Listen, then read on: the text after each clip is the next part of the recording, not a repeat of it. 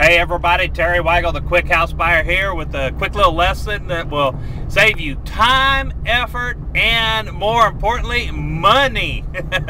We're talking gas money now, and you know, quite frankly, between the cost of gas and somebody wasting your time, those are two key things you need in your business to, you know, or you're just not going to survive. I know a lot of people who will drop everything and literally go rushing off to see a seller just because the seller wants to see a house or has a house for sale. You know, let me tell you, if that's the case, here in Houston, I got 25,000 houses on the MLS. You go look at all of them you want, maybe, just maybe, you'll find a motivated seller.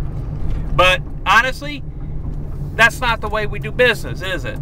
Now, you need to be able to sit down and talk to the seller over the phone long before you make the decision to go and drive out there and then try to convince them that they're motivated, or worse, them trying to convince you that the deal that they have is something that you ought to have and take it off their hand and, you know, please, you got to help me. And reality is that it's just not a deal.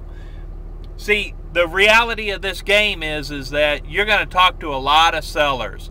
Your job is to get on the phone, get off the phone, and go find something else that works, okay?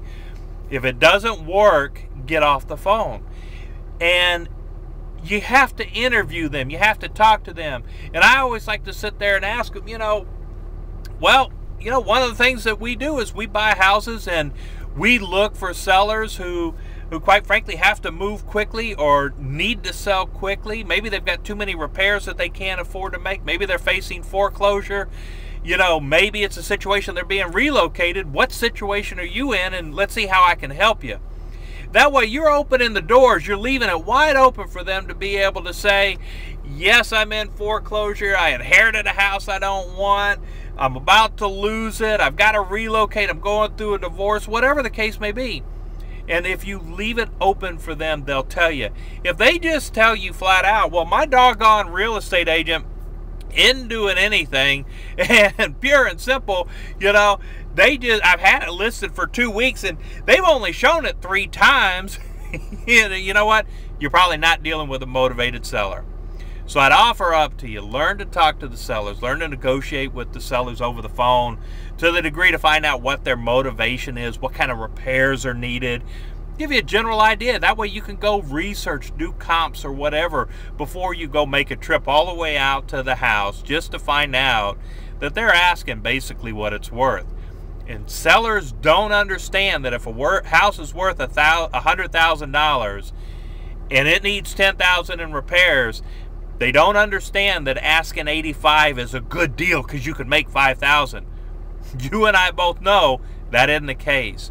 Now, don't get me wrong. There are times where you're going to hear that motivation. You're going to hear the repairs. You're going to know that there might be something creative that you can do that you do want to go out there and see. But as a general rule of thumb, try to get the conversation going while you're on the phone before you go make a wasted trip all the way across town. That's my lesson for the day. This has been Terry Wygal, the Quick House Buyer. Come on and visit me over at terrywygal.com. We have more lessons there, more videos. We'll talk to you later. Bye-bye.